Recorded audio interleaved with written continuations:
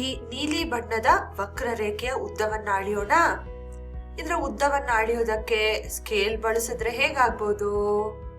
ಪ್ರಯೋಜನ ಇಲ್ಲ ಅಲ್ವಾ? ಯಾಕೆಂದ್ರೆ ಇದು ಒಂದು ವಕ್ರರೇಖೆ, ನಮ್ಗೆ ಸರಿಯಾದ ಉದ್ದ ಸಿಗಲ್ಲ. ಹಾಗಿದ್ರೆ ಏನ್ ಮಾಡೋದು? ಯಾವ್ದಾದ್ರೂ ಹಗ್ಗನೋ ಅಥವಾ ದಾರವನ್ನ ತಗೊಂಬನ್ನಿ. ಈಗ ಈ ವಕ್ರರೇಖೆಯ ಒಂದು ಅಂತ್ಯ ಬಿಂದುವಿನಲ್ಲಿ ಈ ಹಗ್ಗವನ್ನ ಇಡ್ತಾ ಹೋಗ್ಬೇಕು. ಅಂದ್ರೆ ಗಟ್ಟಿಯಾಗಿ ಇಟ್ಕೊಳ್ಬೇಕು ಮೊದ್ಲಿಗೆ ಒಂದು ಬಿಂದುವಿನಲ್ಲಿ. ನಂತರ ಒಂದರ ಮೇಲೆ ಒಂದು ವ್ಯಾಪಿಸ್ಲಿಕ್ಕೆ ಟ್ರೈ ಮಾಡ್ಬೇಕು. ಈ ರೀತಿ ಕರೆಕ್ಟ್ ಆಗಿ ಓವರ್ಲ್ಯಾಪ್ ಮಾಡೋ ರೀತಿ ನೋಡ್ಕೊಂಡ್ರೆ ನಮ್ಗೆ ಸರಿಯಾದ ಉದ್ದ ಸಿಕ್ಕತ್ತೆ. ಇದಕ್ಕೆ ಸ್ವಲ್ಪ ಟೈಮ್ ಬೇಕಾಗ್ಬೋದು, ಆದ್ರೆ ಕರೆಕ್ಟ್ ಆಗಿ ಒಂದರ ಮೇಲೆ ಒಂದನ್ನ ಜೋಡ್ಸೋಣ. ಇದು ಸರಿ ಅಂತ ಕಾಣುತ್ತೆ.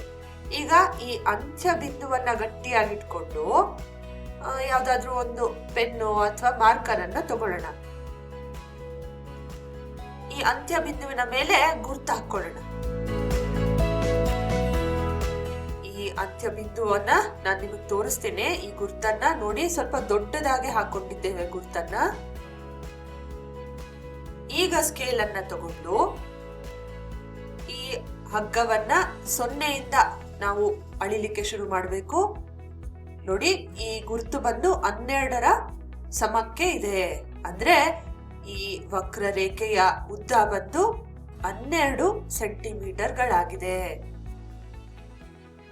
ಈ ರೀತಿ ನಾವು ಒಂದು ವಕ್ರರೇಖೆಯ ಉದ್ದವನ್ನ ಒಂದು ಹಗ್ಗದ ಸಹಾಯದಿಂದ ಅಳತೆ ಮಾಡಬಹುದು.